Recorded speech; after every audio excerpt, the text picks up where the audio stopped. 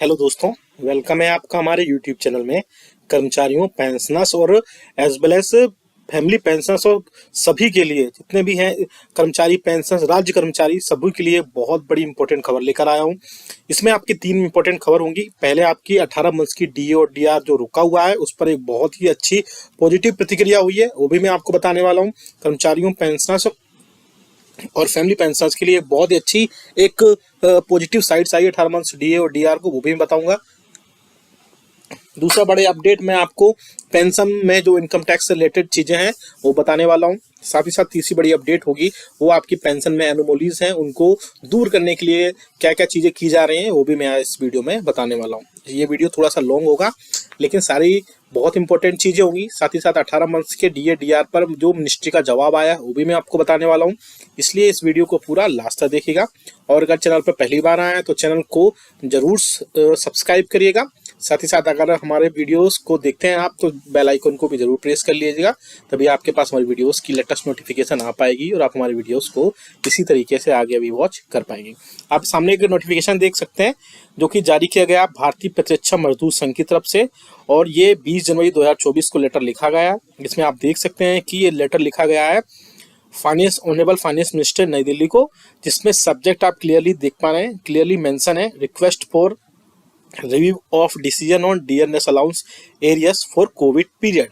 जैसा कि आप सभी को पता है अभी ये नोटिफिकेशन है, मिनिस्ट्री का जो जवाब आया वो भी मैं आपको थोड़ी देर में बताऊंगा। इसके बाद में रिक्वेस्ट की जा रही है ऑनरेबल फाइनेंस मिनिस्टर से कि इसमें जो कोविड के टाइम पे डीए और डीआर का एरियर्स है 18 मंथ्स का उसको रोका गया था उसको दिया जाए। क्या क्या चीजें इसमें लिखी गई हैं देख सकते हैं आप। इसमें थोड़ा सा रीड करके मैं यहाँ पे आपको दिखा देता हूँ। Honorable Finance Minister, I am writing to express my deep concern regarding the decision to withhold the release of 18 months worth of DNS allowances (DA) arrears for central government employees and pensioners as communicated in the Lok Sabha session। तो आप देख सकते हैं कि 18 months का DA और D R का जो एरियर्स है 18 मंथ्स सेंट्रल गवर्नमेंट एम्प्लॉइज और सेंट्रल गवर्नमेंट पेंशनर्स के लिए वो उनका रोका गया था। उसके बाद उन्होंने बोला I fully understand the challenges posed by the COVID-19 pandemic and the resulting economic disruptions that led to the freezing of 3 installments of dearness allowances, DA and dearness leave, DR, for the fiscal year 2021. However, as our nation is gradually recovering from the impact of the pandemic, it is heartening to witness an improvement in the financial position of our country. तो आप देख सकते हैं इन्होंने बोला है कि कोविड-19 के टाइम पे जो चैलेंजेस थे वो राइज हुए थे, वो अब धीरे धीरे उसके चलते 3 अलग अलग इंस्टॉलमेंट्स थे डीए और डीआर के, उसको फ्रीज किया गया था 2020 और 21 के फिजिकल ईयर में।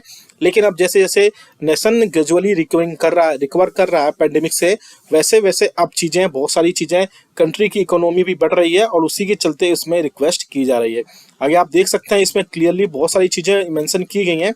I would like to highlight the significant contribution made by all government employees and retired personnel during the challenging times of the pandemic. Their unwavering dedication and hard work were instrumental in ensuring the smooth functioning of essential services and supporting the nation's fight against COVID-19। तो आप ये बोल सकते हैं, तो आगे बोला जा रहा है इसमें कि कोविड-19 के टाइम पे गवर्नमेंट एम्प्लॉइज ने और रिटायर्ड पर्सनल ने बहुत ज़्यादा जो चैलेंज किया पैंडेमिक को, और उसके बाद में उनका जो डेडिकेशन था काम करने को लेकर के एसेंशियल सर्विसेज में बहुत अच्छी स्मूथ तरीके से कंडक्ट कर पाया कोविड-19 के अगेंस्ट में। आगे उसमें बोला गया considering the improving financial scenario and the pivotal role played by government employees, I kindly request your esteemed office to review the decision on the release of the seized 3 installments of DNS allowances at the upcoming budget session.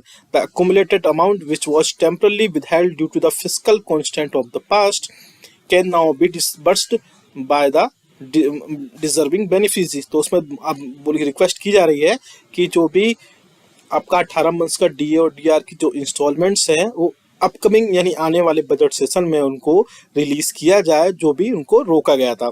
आगे आप देख सकते हैं इसमें और भी कई सारी चीजें लिखी गई हैं। इसमें I understand that the government has allocated fund to tide over the economic impact of the कोविड-19 pandemic and I believe the that releasing the seized DA areas would contribute the welfare। तो इसमें आप थोड़ा, मैं description में डाल दूंगा, बहुत बड़ा लेटर है, आप डिटेल में पढ़ लीजिएगा। मैं थोड़ा सा ब्रीफ में बता देता हूँ। एक्चुअली बात यह है कि 18 मंथ्स का DAR रोका गया था, आप सभी को पता है। उसके बाद में कई सारी यूनियंस और फेडरेशन लगातार इसके रिगार्डिंग सरकार से बातचीत भी कर रहे थे, लेकिन अब मैं बता देता हूँ सरकार का क्या आंसर आया इस पे। सरकार ने अपने संसद में एक लिखित आदेश में, या बोल सकते हैं अलग अलग टाइम पर भी, गवर्नमेंट ये क्लियरली बोल चुकी है कि 18 मंथ्स का जो DA और DR का एरियर्स है वो नहीं मिलेगा।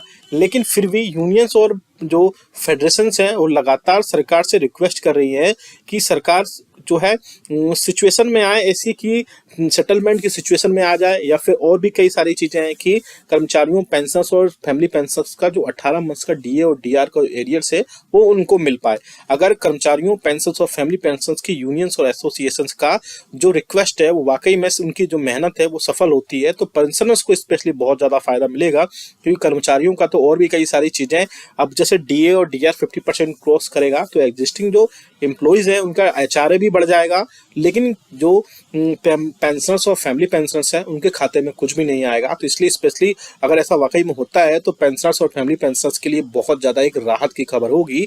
और यूनियंस ने यह भी बोला है कि सरकार सेटलमेंट या निगोशिएशंस की सिचुएशंस में आए, अगर गवर्नमेंट एक साथ पैसा नहीं पे कर सकती है तो कई सारी इंस्टॉलमेंट में दे सकती है। अब आगे आने वाले दिनों में देखना होगा कि गवर्नमेंट जो है फाइनेंस मिनिस्ट्री की तरफ से ये जो लेटर गया है इसका क्या आंसर वहाँ से आता है। चलिए दूसरी बड़ी खबर की तरफ लेके चलते हैं। दूसरी बड़ी खबर आ रही है, pension should be income tax free. अभी यूनियंस और फेडरेशन की तरफ से ये लेटर लिखा गया है, एक लेटर लिखा गया है जिसमें बोला गया है कि जो पेंशन है उसको इनकम टैक्स से एग्जम्प्ट किया जाना चाहिए। और भी कई सारी चीजें हैं जिसमें, क्योंकि साथ ही साथ एक और रिक्वेस्ट की गई है कि पेंशनर्स के लिए, कि आप सभी को पता है कि जैसे आप रिटायरमेंट होते हैं तो पेंशनर्स को अपनी बेसिक पेंशन का 50% आपकी रिटायरमेंट के बाद स्टार्ट मिलना शुरू होता है। लेकिन अब रिक्वेस्ट ऐसी भी की जा रही है, ऐसी रिक्वेस्ट की जा रही है कि अब बेसिक पेंशनर्स का 67% तक उनको पेंशन के रूप में मिले, जिससे उनकी सारी चीज़ें आराम से टेकल हो पाएँ। और नेक्स्ट यहाँ पे आप देख सकते हैं कि पेंशन एनोमलीज, तो आप सभी को पता है कि 2006 से अभी यूनियंस ने एक और रिक्वेस्ट की है इसमें कि पेंशनर्स की स्पेशली जो 2006 यानी कि 2006 से पहले के जो भी पेंशनर्स हैं उनकी पेंशन में उनको कई सारी चीज़ों में उनको एनोमलीज दिखाई दे रही हैं, जिसके चलते कर्मचारियों, पेंशनर्स और फैमिली पेंशनर्स की यूनियंस और फेडरेशन ने पेंशनर्स में जो एनोमलीज है उनको ठीक करने के लिए बोला गया है। ये सबसे बड़ी बात, आप कमेंट करके बताइएगा कि क्या पेंशन को इनकम टैक्स से फ्री किया जाना चाहिए। एक और बड़ा सवाल है कि कर्मचारियों, पेंशनर्स और फैमिली पेंशनर्स को क्या 18 मंथ्स का जो DA और DR का एरियर्स है वो मिलना चाहिए। अगर आपको लगता है कि वाकई में मिलना चाहिए और कितनी इंस्टॉलमेंट में मिलना चाहिए, ये भी आप हमें कमेंट बॉक्स में जरूर कमेंट करिएगा। आप अगर ये नोटिफिकेशन डाउनलोड करना चाहते हैं तो कमेंट बॉक्स में यस लिख दीजिएगा, आप वहाँ से सीधा नोटिफिकेशन को डाउनलोड कर पाएंगे। और वीडियो अच्छा लगा तो लाइक करिएगा, शेयर सभी के साथ करिएगा। ऐसी न्यूज़ इन्फॉर्मेशन और अपडेट्स के लिए आप हमारे चैनल को भी सब्सक्राइब करके रखिएगा।